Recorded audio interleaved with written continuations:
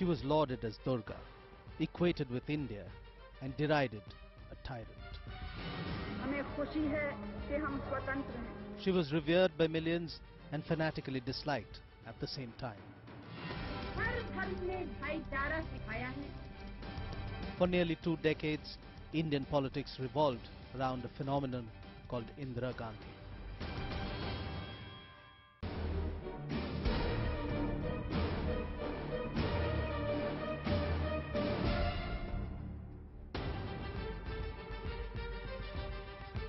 She was lauded as Durga, equated with India, and derided a tyrant. She was revered by millions and fanatically disliked at the same time. For nearly 2 decades, Indian politics revolved around a phenomenon called Indira Gandhi.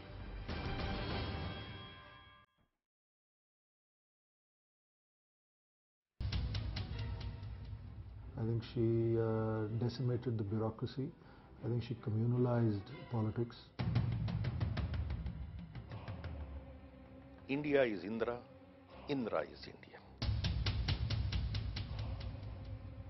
I think judiciary was weakened as an institution.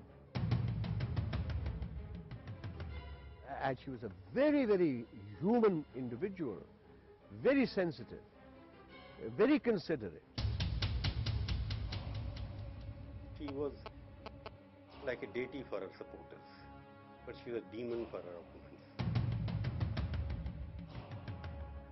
She was very determined and well thought out plans she had in mind. Indira Gandhi had entered Parliament in the year her father and India's first Prime Minister Jawaharlal Nehru died in 1964. And she took on the job of the Minister of Information and Broadcasting in Lal Bahadur Shastri's cabinet.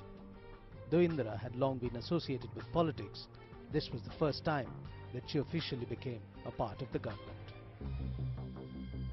In 1966, Prime Minister Lal Bahadur Shastri died of a sudden heart attack in Tashkent, and within the Congress there began intense behind-the-scenes lobbying for the Prime Minister's post. The Congress President K. Kamaraj finally had Indira nominated for the post. She was the compromise candidate, a puppet who could be manipulated by the heavyweights of the party. But even then, a rift developed within the Congress party between the socialists led by Indira Gandhi and the conservatives who flocked behind Morarji Desai. When she became Prime Minister, life was difficult. Her father had a very easy ride. India had become more complicated. The result of the 67 elections were not good. But within 2 years, she got on top of her job. The old guard had no faith in Nehru's daughter. Veteran freedom fighter Ram Manohar Lohia is known to have called Indira Gandhi a gungi gudiya, a dumb doll. But Indira Gandhi showed extraordinary political skills and tenacity and was to prove everybody wrong. In her first stint, she held the office of the Prime Minister from 1966 to 1977. At that time, thousands and thousands of young people wanted to flock to the Congress because of Indira Gandhi. So she had that kind of a charisma, the capacity to inspire, and I think I was one of the thousands of people who joined the Congress party. By July 1969, Indira Gandhi was under siege, fighting for political survival and for leadership of the Congress party. In a strategic move on 16th of July 1969, Indira took away the finance portfolio from principal opponent Morarji Desai, who promptly resigned from her cabinet. Later, through a presidential order issued on 19th of July, she nationalized 14 major banks. The step, said the Prime Minister, would quicken the pace of economic development. By the 1970s, Indira Gandhi's government had fine-tuned a controlled economy to an art form. A stifling array of permits and licenses ruled business. Known as the ubiquitous license permit Raj, it dictated who could produce what, how much, and the price they could sell it at. Slowly and surely, there was a sense of discontent that was growing in the country. The Congress had lost its old guard, and newer political formations were being formed.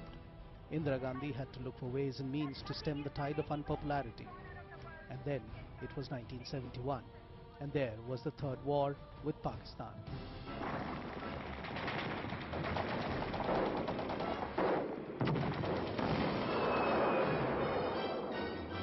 The handling of the war, international diplomacy, and creation of Bangladesh in good measure added to the stature of Nehru's daughter.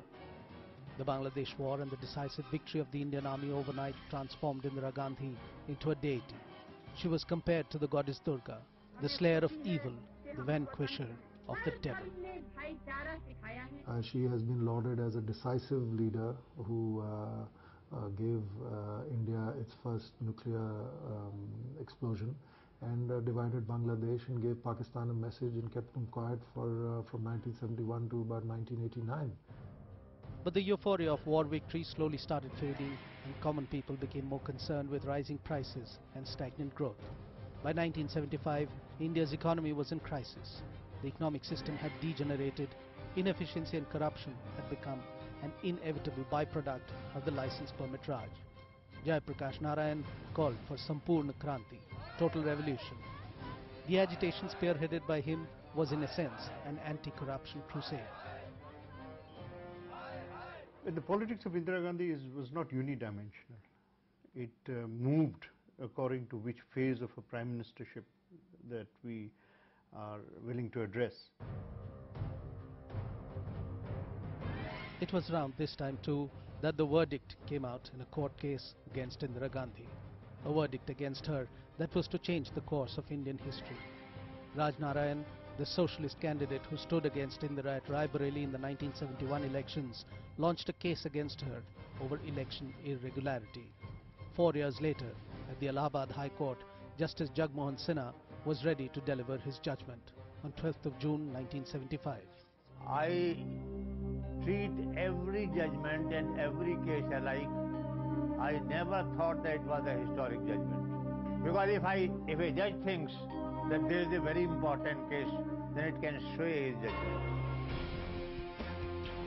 It was a historical judgment nonetheless, one that found Indira Gandhi guilty on 2 counts of electoral malpractices.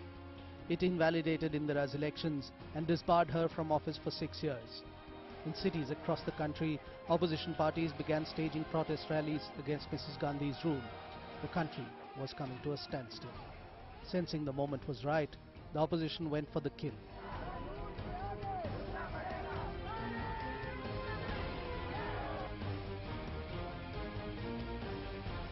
On the evening of 25th June, the opposition parties announced countrywide protests to force Mrs. Gandhi's resignation. On arrival at Delhi, very late at night, I found a message waiting for me from Mrs. Gandhi saying that you see me tomorrow morning positively. So I arrived here. I arrived at her house about 10:30 on the 25th. There I found her in a very serious mood, looking at heaps of papers and thinking about things. Now those heaps of paper, I gathered, were intelligence reports she had received from time to time. And she told me, Siddharth, we are in a serious situation in India. Everything seems stopped. Working seems to have stopped. Airplanes did not work in time. Nothing worked in time. There was indiscipline everywhere. Siddharth Shankar Ray helped Indira draft a proclamation. It declared that a grave emergency exists whereby the security of India is threatened by internal disturbances. The President Fakhruddin Ali Ahmed signed it just before midnight of 25th June 1975, and for the first time since independence, a state of emergency was declared. I said, look, you're closing the high courts. You are taking away electricity. And she said, no, that's not so. And she said, Siddharth, high courts will not be closed and the newspaper connections will not be cut off. But actually, excepting Hindustan Times and Statesman, all the others have been cut off. But the emergency placed extraordinary power in an extra-constitutional authority, a man largely seen as reckless and arrogant. It was obvious that Mrs. Gandhi's youngest son was being groomed for higher things.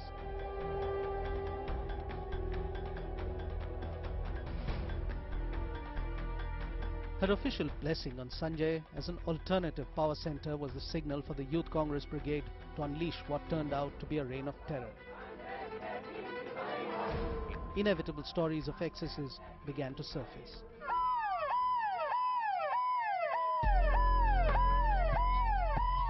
Sanjay's meteoric rise was helped by the fact that the opposition was silenced and its leaders under arrest and strict censorship enforced. The ruthlessness of the regime came out when George Fernandez, who had gone underground, was finally arrested and produced in court in handcuffs. It's not just the handcuffs. It was handcuffs and chains. Used to be every day when I used to be brought to the court. I and my colleagues used to be brought to the court. We were 22 of us, and as we were, every morning we had to be brought to the court when the trial began, or earlier in that when dates were taken. At that time, plus a chain with which two policemen chained themselves to me, and similarly to other colleagues. That was Mrs. Gandhi's way of telling you that, you know how I can crush you.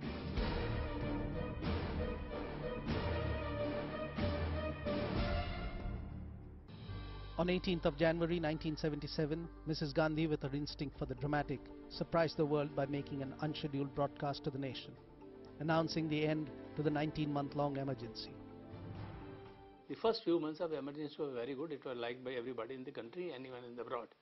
But after that, some things went wrong because certain state leaders, chief ministers and others, in order to take their own damage and out of their own personal finances, started this. And then, you know, accelerated manner of this family planning, figures and all the quotas and all that. So certainly things went wrong. She tried to correct all those things, but some or other things went out of the control. And that is how emergency she had to suffer. But she regretted about it.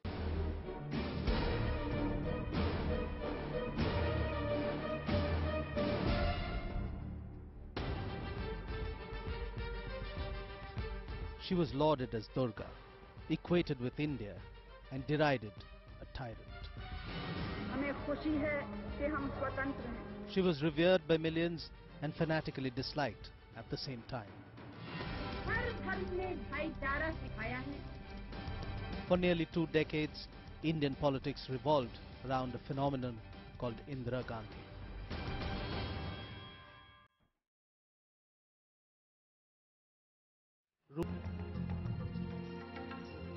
Mrs. Gandhi's humiliating defeat was clearly more to do with the excesses of the emergency than popular support for the Janata Party. But within months, the Janata Party itself was in crisis. Indira Gandhi started to attract supporters again. In 77 we lost, but that didn't mean that Indira Gandhi just sat at home and moped. She immediately went off to campaign in Andhra and Maharashtra, where people clung on to her. She wanted them to know, she wanted to reach out to people who had hoped for her, who had prayed for her, who gave her love, that she was still there. An electoral defeat didn't really mean that she was disappearing, and she was able to sustain that hope.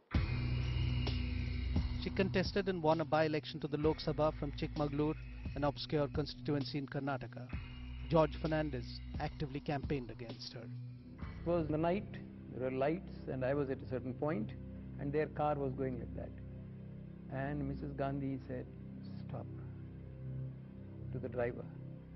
And then she pointed out, you know, my hands were showing their, the shadows were playing on the foliage or whatever, or maybe the screen behind the loudspeaker, whatever, I do not know. And she said, "Look at his hands. Don't you see the devil? Don't you see the devil?"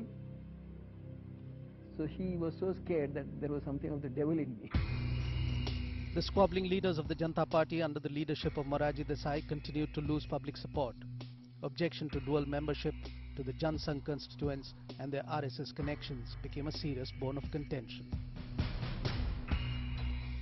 When it came to reconstruct the society, these differences of opinion on how to do it was already there from Jan Sangh to Socialist Party, and also the communists were in that experiment to re-establish democracy.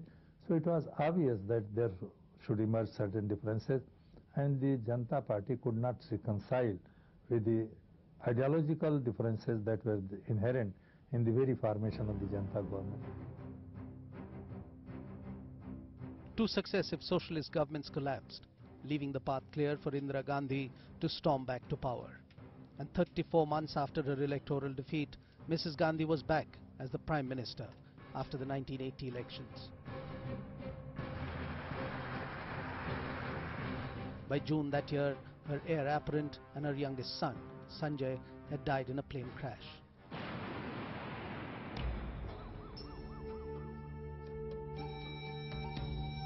More than 300,000 people crowded the streets of Delhi for one of the grandest, even if unofficial, funerals ever organized. No one asked where the son would be without his mother. They asked, rather, where the mother would be without his son. She was overwhelmed by grief, and she had derived a lot of spiritual sustenance and strength from some of her friendship with some great religious leaders whom she respected very highly. After Sanjay Gandhi's death, something died inside Indira Gandhi. Though her iron resolve and her determination to work carried her through for the next 4 years of her life, that remained. This was the period when separatism and insurgency had Punjab in a stranglehold. And the Prime Minister tried everything to bring the state back to normalcy. Her brand of politics included playing favourites and trying to prop up one faction to bring down the other. But all her political manoeuvring was not enough to drive out the extremists from the Golden Temple. In June 1984, confronted by a burning Punjab, she ordered the army to storm the Golden Temple in Amritsar.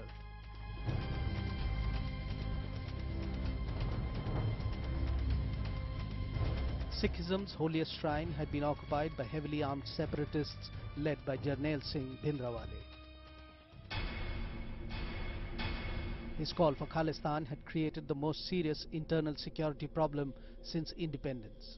The assault on the temple and the use of tanks and heavy artillery damaged portions of the Akal Takht and inflamed Sikh sentiments.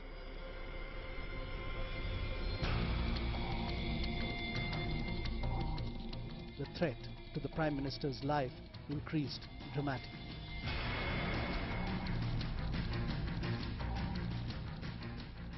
The mandate that she gave to the army after trying the police, after trying negotiations at all levels, after herself leading the negotiation, then after trying the police, after introduction of President's rule, she came to the conclusion, after Bhindranwale occupied the temple, that there was no other way but to have a military type of approach to find a solution. I do not think her decision to do Operation Blue Star in '84 was particularly necessary.